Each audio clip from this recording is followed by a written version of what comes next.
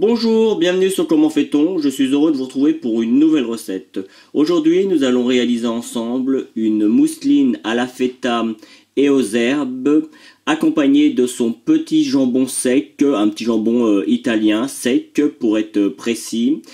Vous allez voir, c'est une recette toute simple à faire et c'est franchement délicieux. Juste avant, justement, je vous donne les ingrédients et puis après, c'est parti pour cette délicieuse mousseline à la feta et aux herbes avec son petit jambon. C'est parti, suivez-moi. Alors, les ingrédients pour une mousseline à la feta et aux herbes accompagnée de son jambon sec pour environ 2 personnes. Sachez que, avant de vous donner les ingrédients, le temps de préparation c'est environ 20 minutes et puis après le temps de froid, c'est-à-dire une fois que vous avez terminé la recette, vous devez les laisser au froid au minimum 2 heures pour que tout reprenne correctement. Donc les ingrédients, vous aurez besoin de 200 g de feta, 2 blancs d'œufs, 4 tranches de jambon sec, type jambon sec italien, c'est parfait. Une cuillère et demie à soupe d'huile d'olive, un petit bouquet de ciboulette, 4 feuilles de sauge, du sel et du poivre. Voilà, vous savez tout sur les ingrédients, maintenant place à la recette. Bien, vous allez voir, c'est une recette encore vraiment toute simple. Dans un premier temps, on prend la ricotta et on va venir l'écraser et la fouetter pour que celle-ci se ramollisse bien comme il faut. Faire une espèce de crème quoi. Donc ça peut prendre un petit peu de temps et c'est quand même important parce que ça va faire après,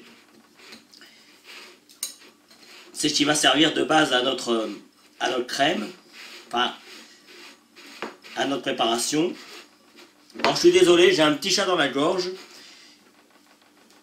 donc si je déraille un petit peu au niveau de la voix, ne m'en voulez pas. Donc je vais continuer à bien l'écraser et puis on se retrouve dès que c'est bon. On va maintenant détendre la préparation, la ricotta pour être plus exact, avec un petit peu d'huile d'olive. En l'occurrence ici, une cuillère et demie à soupe.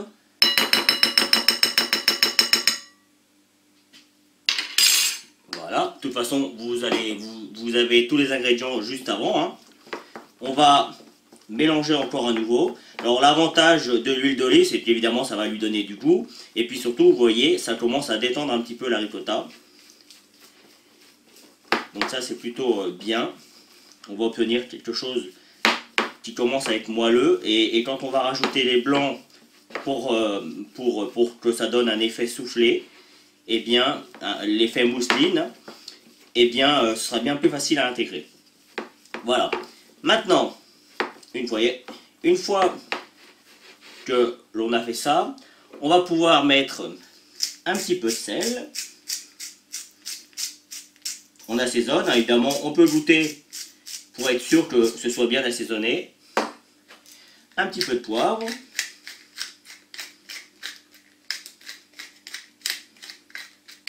Voilà, moi j'aime bien quand c'est bien poivré, donc j'en mets un petit peu plus que de raison. Que ce soit bien relevé. Et puis, évidemment, on va y rajouter également nos herbes.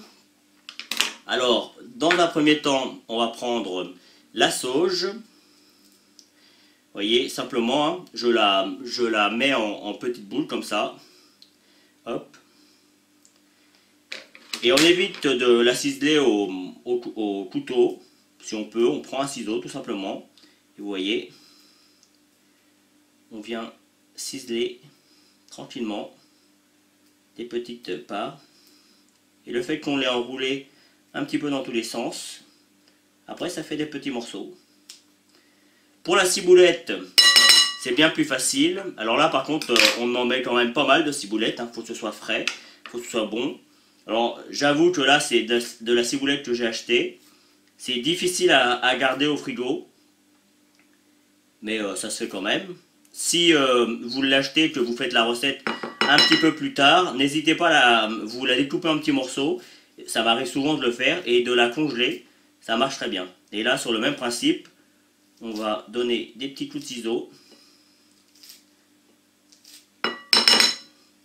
Hop. Alors je vais aller jusqu'au bout sans couper la vidéo, hein. Il n'y en a pas pour très longtemps. On peut faire, enfin il faut que ce soit assez fin, hein, mais on peut faire quand même des morceaux un petit peu plus gros, de façon à bien les retrouver dans la recette après.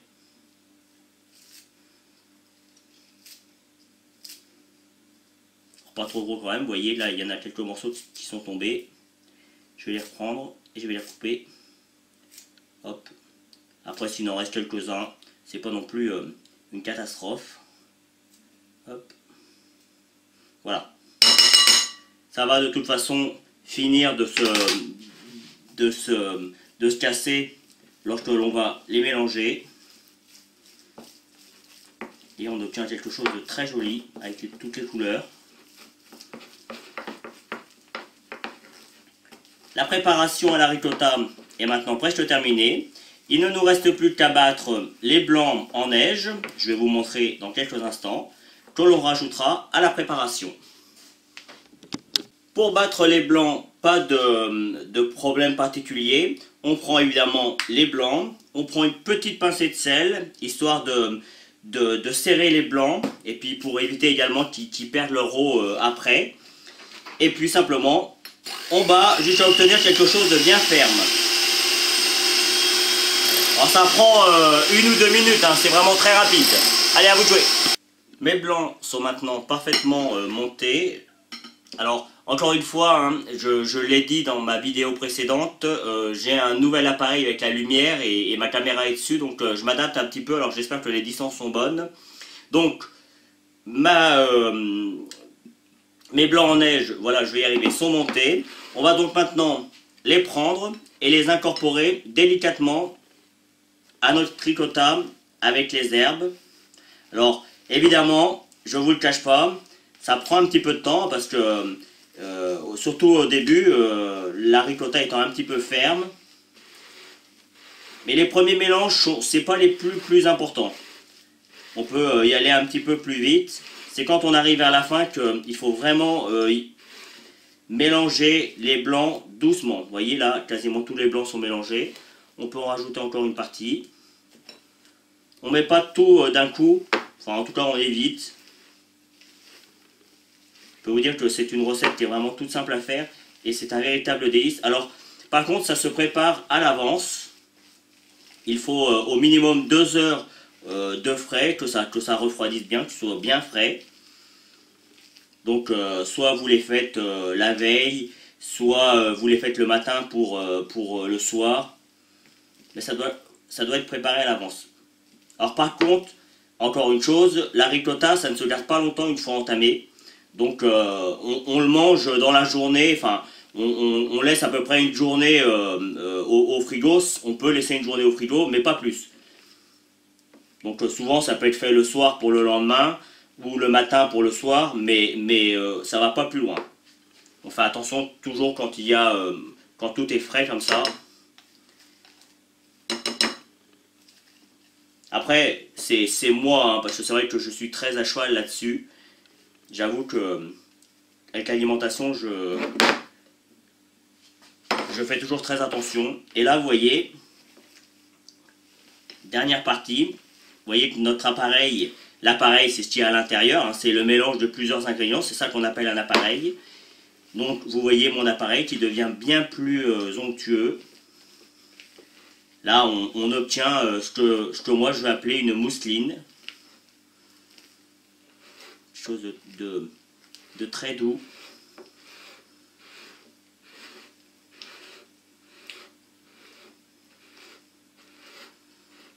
Voilà.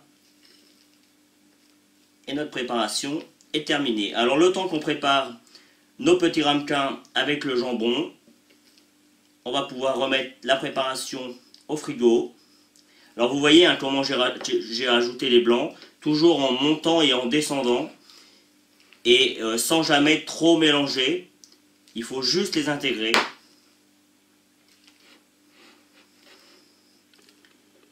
Voilà, là, franchement, c'est nickel.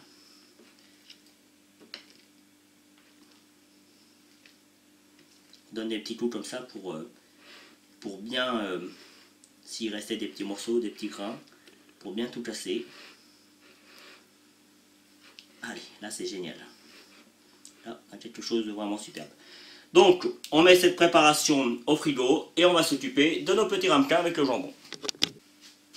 Là, le but avec le jambon et les ramequins, ça va être de venir chemiser nos chemiser, ça veut dire mettre tout autour de nos ramequins des tranches de jambon. Alors, moi j'ai pris un jambon sec italien, j'ai pris à la coupe pour faire en sorte qu'il se tienne assez bien. Alors il est un petit peu plus difficile à couper, par contre au niveau du goût, là sur le coup j'ai pris un jambon AOP et je peux vous dire que son goût c'est le top, hein. Après, vous pouvez prendre juste du jambon sec du commerce, hein, ça marchera tout aussi bien. Donc là, le but, ça va être de chemiser notre jambon en le faisant dépasser un petit peu. C'est ça qui va être bien, de le faire dépasser un petit peu. On peut en mettre un petit peu au fond, hein. On n'hésite pas à le faire dépasser un petit peu comme ça. Je prends les morceaux les plus secs.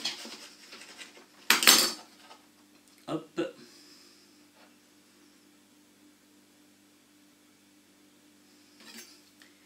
Évidemment, on fera la même chose de l'autre côté.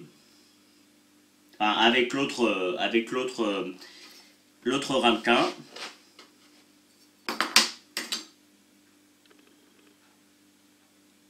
Il faut quand même qu'on ait du jambon, hein, c'est important. Les deux se mélangent très bien. On va enlever le petit morceau de gras. Voilà. Et là, le premier chemisage est fait. Vous avez vu, il n'y a rien de compliqué. Hop. Voilà. Sachez que ça va rester de cette manière.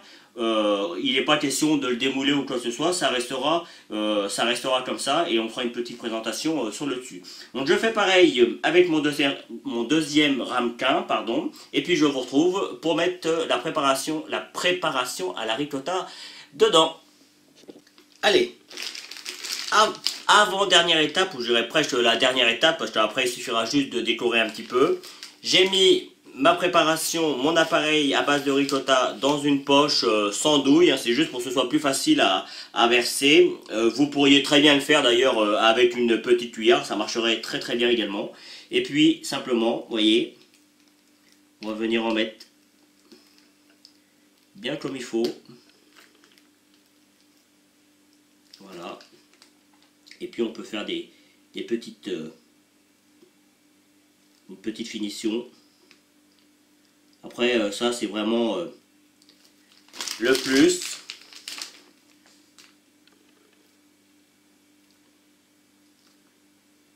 Alors, il me restait des petits morceaux de jambon. Ce que j'ai fait, je les ai passés au grill. Et puis, je m'en servirai après pour faire une petite déco sur le dessus. Voilà. Alors là, vous voyez, comme le jambon a tendance à descendre un petit peu, on va venir le coller un petit peu, histoire que ce soit joli. Hop. Un petit peu dans tous les sens. C'est ce qui fait aussi le côté sympa de la recette. J'aime bien, vous savez, qu'en cuisine, on peut se permettre ça souvent de faire des petites choses un petit peu plus désordonnées, mais ça reste quand même ordonné. Vous voyez, alors j'ai fait des petits ronds là, et puis là j'ai plutôt fait des petites montagnes. Enfin bref, on peut s'amuser tel que l'on veut. Donc maintenant, ça, je vais mettre ça au froid pendant minimum 2 heures. Évidemment, il m'en reste un petit peu, je ne vais pas le perdre, hein. Vous pourriez également préparer des petites tartines grillées. D'ailleurs, je pense que je vais en mettre pour faire ma déco avec.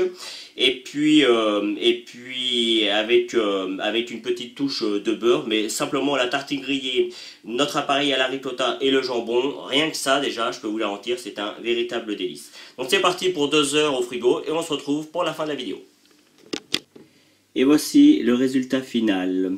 Alors comme vous pouvez le voir, hein, j'ai mis dessus les petits morceaux que j'ai fait sécher au four comme je vous l'avais dit. Et puis j'ai mis quelques petites tartines pour aller avec l'ensemble. Voilà, j'espère que cette nouvelle recette vous plaira. En tout cas, moi j'ai pris beaucoup de plaisir à la réaliser. Juste après, vous allez retrouver le lien qui va vous permettre de vous abonner si vous ne l'avez pas encore fait. Le lien qui vous permettra d'aller sur mon site www.commentfaiton.com où vous retrouverez l'ensemble de mes vidéos. Et puis, je vous donnerai également deux autres recettes d'entrée très simples à réaliser. À bientôt sur Comment fait-on. Vous pouvez vous abonner maintenant soit ici dans le coin. Allez sur mon site internet où vous retrouverez toutes mes recettes et puis consultez les deux vidéos qu'il y a ici qui correspondent à des vidéos que soit je vous ai données dans la recette, soit qui correspondent à la recette en question. A bientôt sur Comment fait-on.